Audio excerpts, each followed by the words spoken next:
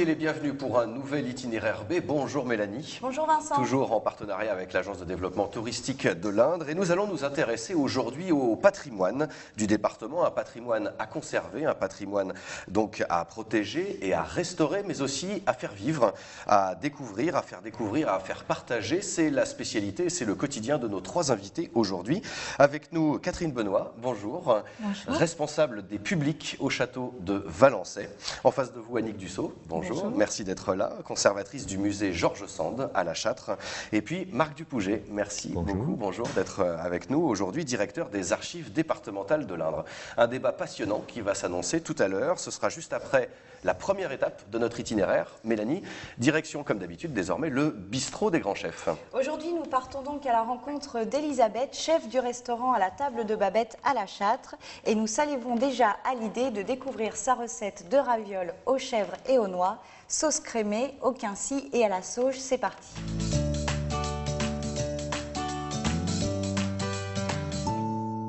On va faire une pâte à nouilles pour notre recette de ravioles aux chèvres et aux noix.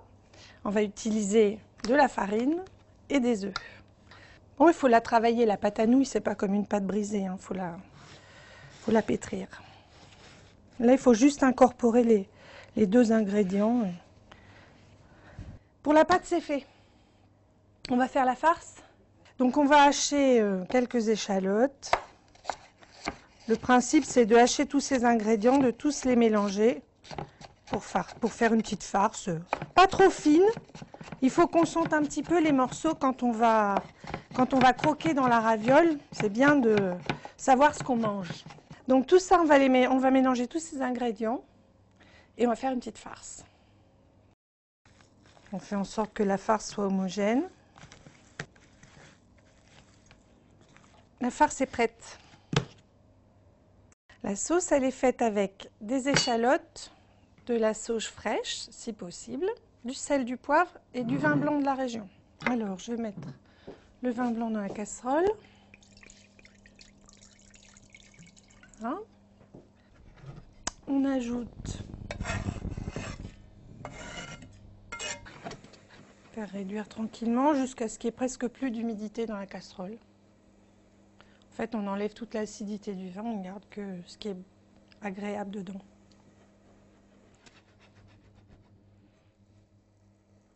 On va ajouter la crème.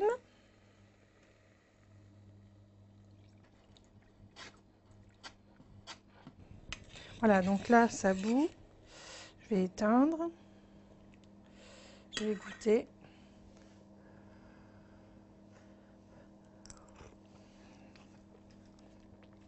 C'est très bien. Donc là, on va étaler notre pâte pour pouvoir confectionner nos ravioles. Donc notre pâte, elle a reposé un petit peu au frigo. Le but, c'est de faire une pâte la plus fine possible. Je dépose, jolie boulette de farce dans la pâte. On met un petit peu d'eau pour que la pâte colle bien entre chaque raviole et on coupe.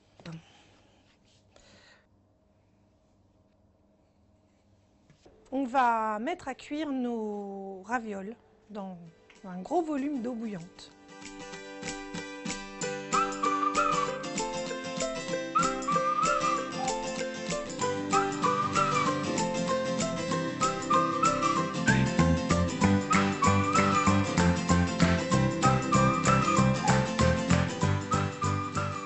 La chèvre, la sauge, le quincy, ça sent bon les produits du terroir, Mélanie, mais d'ailleurs, comme d'habitude, nous découvrirons et nous dégusterons cette recette tout à l'heure, en fin d'émission. Oui, et d'ailleurs, nous en reparlerons aussi et nous reparlerons du chèvre lors de notre chronique Nos bonnes adresses avec Laurent Fortat.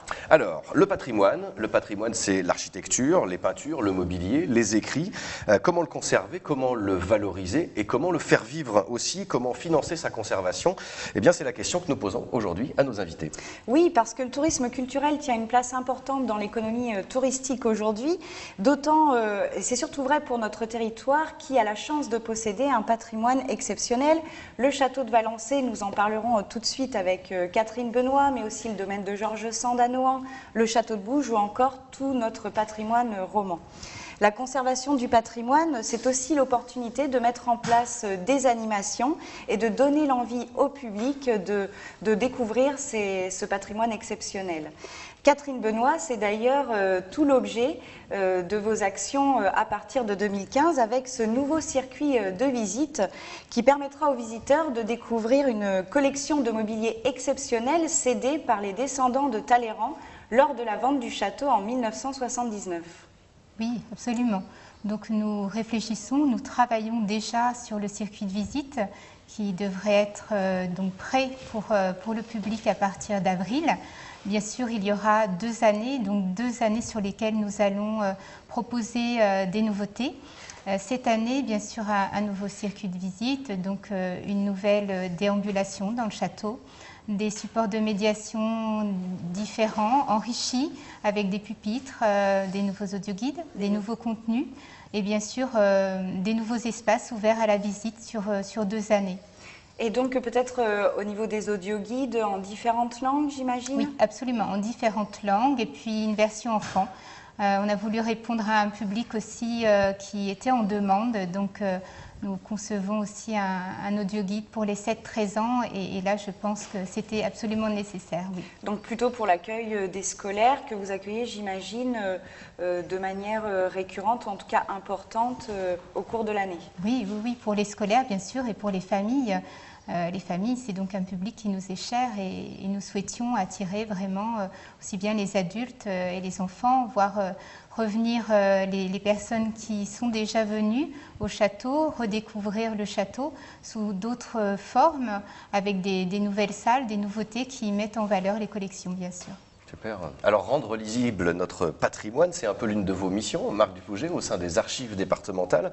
Et c'est pas forcément la plus simple, on imagine. Oui, c'est pas forcément la plus simple, mais l'avantage, c'est qu'on bénéficie des recherches antérieures.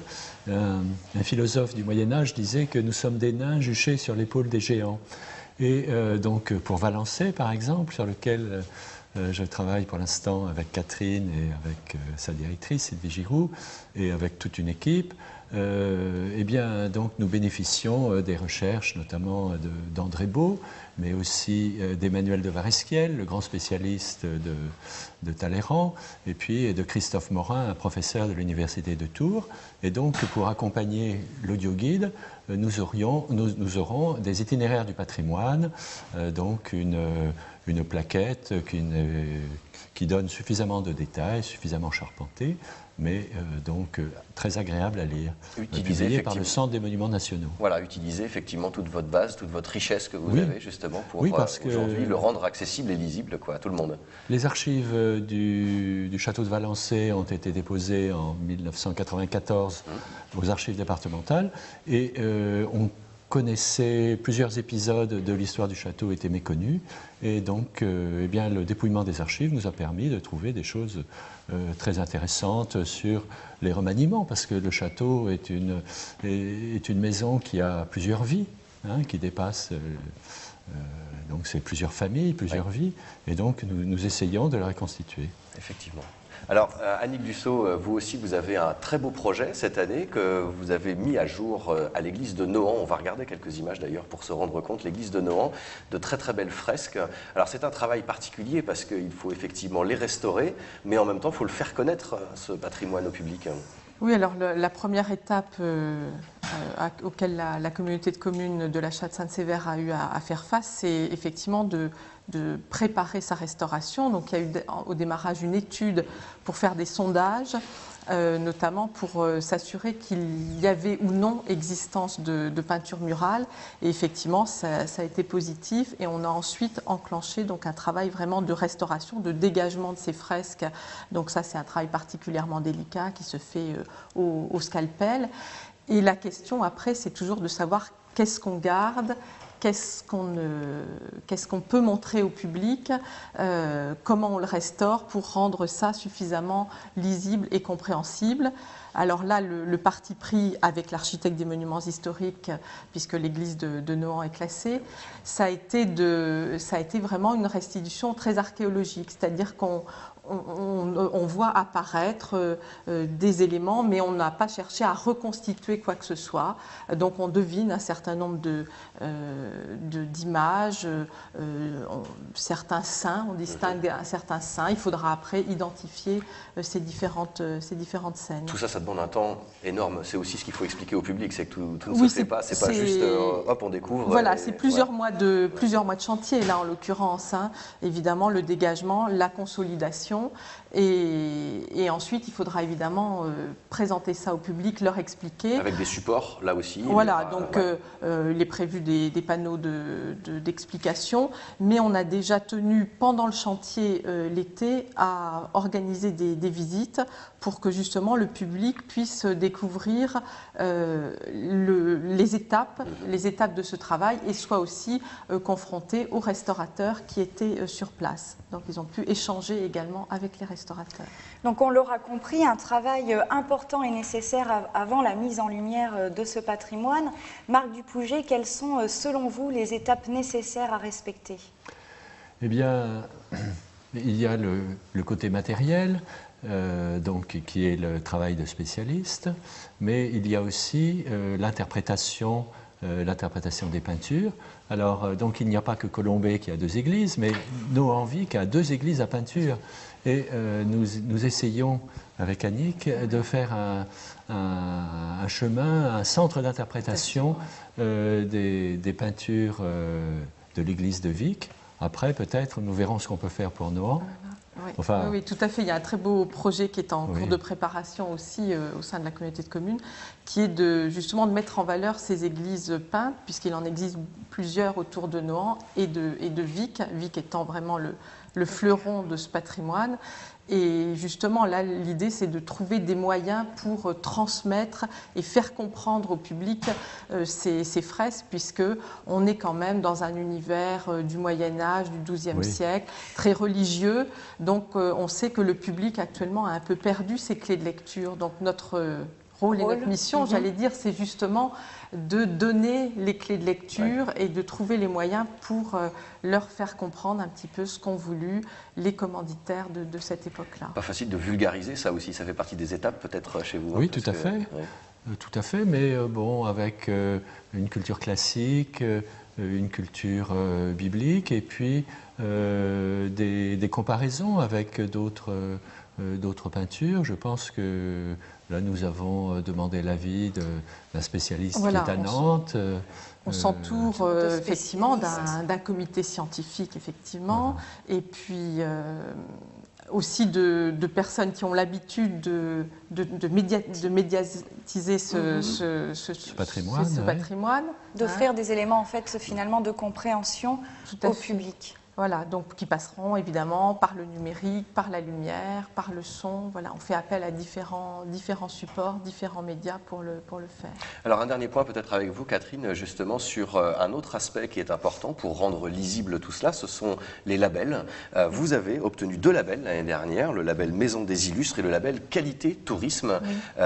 La démarche n'est pas évidente forcément, mais c'est important justement, c'est ce qui donne une lisibilité. Absolument, ce sont 2 labels qui nous sont chers, puisque le label Maison des Illustres valorise les maisons qui perpétuent la mémoire d'un illustre propriétaire, en l'occurrence chez nous Talleyrand, bien sûr.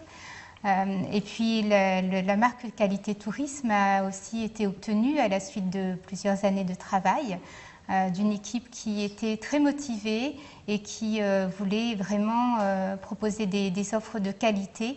Donc c'est une marque qui valorise l'accueil, qui valorise les offres, qui valorise un site extrêmement bien tenu et puis une richesse que l'on propose au public. Donc effectivement, deux marques de distinction que l'on souhaite garder à l'avenir, bien sûr. Parce que l'obtenir c'est bien, mais le conserver c'est encore mieux, c'est sûr. C'est un travail de tous les jours. Bien, merci à tous. On va faire une petite pause si vous le voulez bien, car notre itinéraire, comme chaque mois désormais, Mélanie, prend un nouveau chemin aujourd'hui. Une bonne adresse que vous avez dénichée avec Laurent Fortin. Et qu'avez-vous testé pour nous? Alors pour la chronique Nos bonnes adresses, Laurent et moi sommes partis à la découverte de la ferme du Champ de l'Étang, située dans le petit village de Frédille, où nous avons fait la connaissance d'adorables petites chèvres, mais aussi et surtout de Sylvain Rabaté, producteur de fromage d'appellation d'origine protégée de Valençay.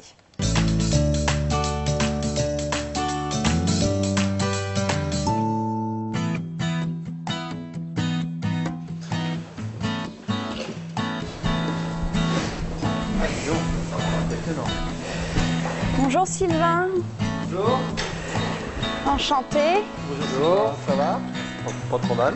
Bienvenue au Champ de l'Étang avec nos biquettes et puis nos fromages. Merci de nous recevoir. Voilà. Alors, tout commence ici. Alors tout commence ici avec l'élevage des chèvres et puis leur alimentation, et c'est ce qui après pour qu'elles nous donnent du bon lait et pour la production de fromage. Donc vous avez combien de chèvres Sylvain? Alors on a 230 chèvres adultes qui sont en production. Quand on produit du Valençay, il faut que notre élevage soit composé d'alpines, c'est les marrons, et de Saanen, les blanches. Et le croisement des deux. C'est pour ça que vous verrez parmi nos chèvres des spécimens avec des couleurs un petit peu originales. Et alors les chèvres sont nourris combien de fois par jour? Alors, on leur donne du fourrage 2 fois par jour. Et puis céréales, maïs et orge, et puis un petit peu d'aliments du commerce, c'est 4 fois par jour. Et ensuite la traite, ça se passe comment? Dans quelles conditions? La traite, c'est 2 fois par jour. Alors le matin à 6h et puis l'après-midi vers 15h30. Alors pour le fromage, ça concerne les 2 dernières traites? Les 2 dernières traites. On garde notre lait le soir, le lendemain matin on complète avec notre traite. Et c'est ce lait-là, qui se mélange des 2 traites, qui va être transformé. Suite à la traite et à la conservation du lait dans le temps calé, c'est ici qu'on va remplir les bacs de caillage et mettre à cailler le lait. 24 heures après la mise en présure, on ramène les bacs de ce côté-ci afin de mouler le fromage. Alors la présure, c'est pour coaguler le lait, c'est quoi? Alors tout à fait, la présure, c'est un produit, c'est extrait de la caillette des chevreaux. Et c'est ce qui va déclencher la coagulation du lait. Finalement, c'est une réaction chimique mais qui est naturelle parce qu'on reproduit ce qui se passe dans l'estomac du chevreau quand il digère le lait maternel.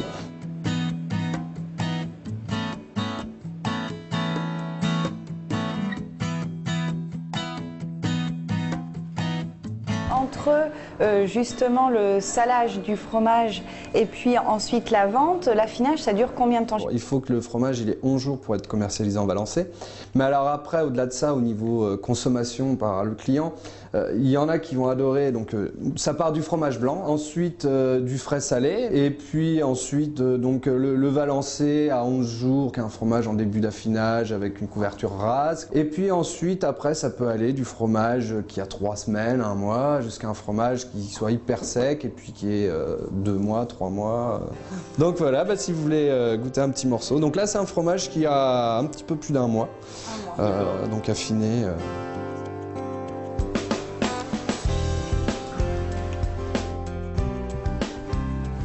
On sent bien la chèvre. Hein. C'est super bon. Oui.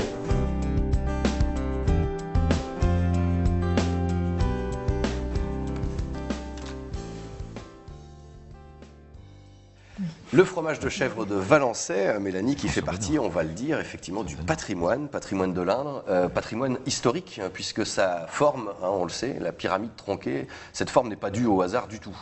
Alors la légende indique que le prince de Talleyrand aurait fait couper le sommet de la pyramide du fromage de Valençay pour éviter de rappeler à Napoléon sa défaite lors de la campagne d'Égypte. Ouais. Marc Dupouget n'est pas très d'accord. Alors, il y a un proverbe italien, si non è vero e bene trovato. Mais je ne pense pas que le prince de Talleyrand ait eu... Il avait beaucoup d'à-propos, mais je pense que c'est pour des raisons techniques. C'est que dans le moule, le fromage sèche mieux si le cône est tronqué. Bien, nous lançons le débat. Je suis peut-être un peu trop positiviste. Et Et saviez-vous, Vincent, que Valençay est un cas unique en France? Oui, avec ses 2 AOP pour le fromage, mais aussi pour le vin. Exactement, et le fromage de Valençay, c'est donc une spécialité de notre terroir, déclinée sous toutes ses formes. Et c'est ce que nous verrons tout à l'heure avec Babette, notre chef ce mois-ci. Et nous vous proposons maintenant de partir sur nos sentiers buissonniers. Et pour cela, nous partons en Champagne-Berrichonne. Oui, à Issoudun, où nous allons suivre l'itinéraire de visite du musée Hospice Saint-Roch. C'est un lieu de culture étonnant et fort en contraste, grâce à son architecture à la fois ancienne et contemporaine. Ce musée offre aussi de belles expositions tout au long de l'année. Et c'est ce que nous allons découvrir avec le conservateur Patrice Moreau.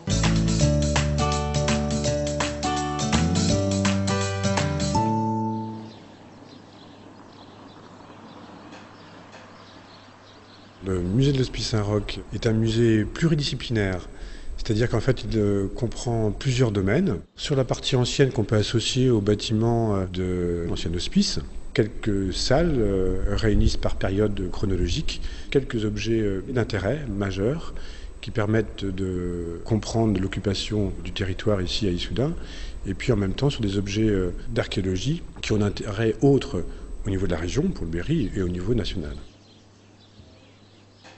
On a là des collections hospitalières et la pièce majeure, l'ensemble majeur, c'est alors d'une part les sculptures qui sont derrière moi qui représentent les arbres de Gessé, qui sont une partie importante de l'hospice au sein de la chapelle. Ils représentent la généalogie du Christ selon 2 aspects, l'aspect plus historique avec la lignée royale et puis l'arbre des prophètes qui se trouve derrière moi à ma droite. Ce qui est totalement unique, exceptionnel et vraiment spécifique à Issoudun, c'est sur l'ampleur sur laquelle ils sont déployés, étendus jusqu'à hauteur du plafond. On n'a pas d'autres exemples connus alors, en France, mais aussi, non plus en Europe.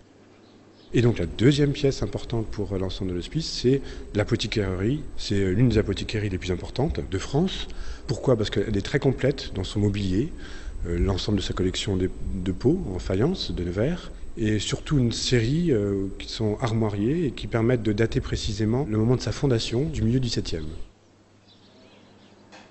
Après l'apothicairerie, il y a un premier étage sur lequel on a rassemblé autour d'une pièce majeure aussi des collections du musée, des collections anciennes, qui est un ancien clavecin du milieu du XVIIe siècle, qui a été classé au titre des monuments historiques. Il datait de 1648 et c'est le plus ancien daté signé qu'on connaisse des collections publiques françaises. Et autour de cet objet majeur, il y a une suite de salles qui est consacrée à des collections, peintures, retables, de la fin du XVIe au tout début du XVIIIe. Dans le bâtiment moderne, il y a 2 collections importantes suite à 2 donations qui ont été réalisées en 2002 donc par la Congrégation des missionnaires du Sacré-Cœur d'Issoudun qui avait pour mission d'évangéliser la Mélanésie, Micronésie et qui a fait don de sa collection océanienne, mais plus précisément de Papouasie-Nouvelle-Guinée. Donc c'est un ensemble unique qui réunit des objets plutôt sur la région du Golfe de Papouasie et qui en fait l'une des collections les plus intéressantes sur ce secteur. Et puis une donation importante, majeure également, la donation Cécile Reims et Fred II, qui présente un ensemble unique d'un ensemble de dessins de Fred II, de gravures de Cécile Reims. Donc ces 2 salles océaniennes et donation Cécile Reims et Fred II sont permanentes. Et puis il y a une 3e salle qui est également tout à fait spécifique pour Issoudun, qui est le salon Léonore Fini.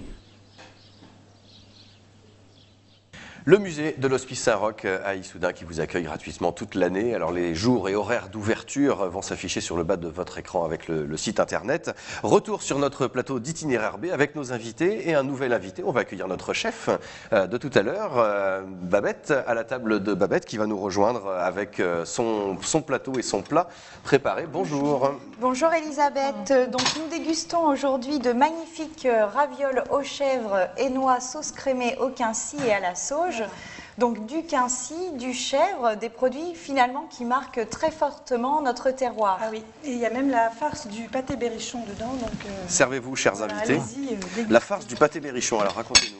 Ben, c'est une farce, c'est un mélange de farce de porc et de veau. D'accord. Voilà, qui rentre dans le pâté berrichon. Le chèvre, c'est un produit qu'on peut décliner sous toutes ses formes. Oui. Ouais. Oui. Ça offre plein de possibilités. Moi, il y en a toujours à ma carte. Toujours. En entrée ou en plat, il y en a toujours. Alors, chers invités, Annick, Catherine, Vos impressions. Marc, vos impressions? C'est délicieux. Bon. Ça va, c'est toujours le même. Oui, mais moi je suis Une gourmande. une fan, une convaincue. Alors en même temps, c'est vrai que le fromage de chèvre et nos produits, ça fait partie du patrimoine culinaire qu'il faut aussi vendre. Quand vous avez respectivement vos publics, il est important aussi de parler de cette richesse culinaire. Mais oui, C'est vrai. absolument. Oui, donc à Valençay, et bien évidemment, on valorise le fromage et le vin. Et puis, ça va tellement bien avec le château qu'on propose des dégustations très fréquentes, notamment pour les groupes dans les cuisines du château. Donc, tout un espace qui se marie très bien à ce genre de choses. Donc, effectivement, on est plutôt fiers de ces deux appellations. Très bien. C'est délicieux, moi je me régale, vraiment. Pourtant, le chef, Vincent... Pas l'habitude, mais sous cette forme-là, c'est super, vraiment. Oui, Quand c'est très, chaud, très en bon. général, on peut trouver des mélanges. Donc un grand merci à nos invités du mois. Merci Elisabeth. Merci Marc Dupouget, directeur des archives départementales de l'Indre. Catherine Benoît, responsable des publics au château de Valençay. Merci Annick, conservatrice et directrice du musée Georges Sand à La Châtre. Alors, on va finir ça tout à l'heure, évidemment. On va retrouver toutes les coordonnées de nos invités, les coordonnées également, la recette. Tout ça, on peut retrouver sur les sites internet berryprovince.com et biptv.tv. Rendez-vous, Mélanie, le mois prochain pour de nouveaux itinéraires. Il y en a encore beaucoup à découvrir. Oui, et dans notre prochaine émission, nous partirons en 2 chevaux avec Laurent pour découvrir le parc naturel régional de la Brenne. Ça va être du sport. Exactement. Nos sentiers buissonniers seront dédiés au château de Palluau-sur-Indre. Bernard Brossier, chef du restaurant au bœuf couronné à Mézières-en-Brenne, nous préparera une recette dont il a le secret. Et nos invités plateau nous parleront, Vincent, de bien-être. Ah, le bien-être. On a hâte d'y être. Merci à toutes et à tous et au rendez-vous le mois prochain pour de nouveaux itinéraires.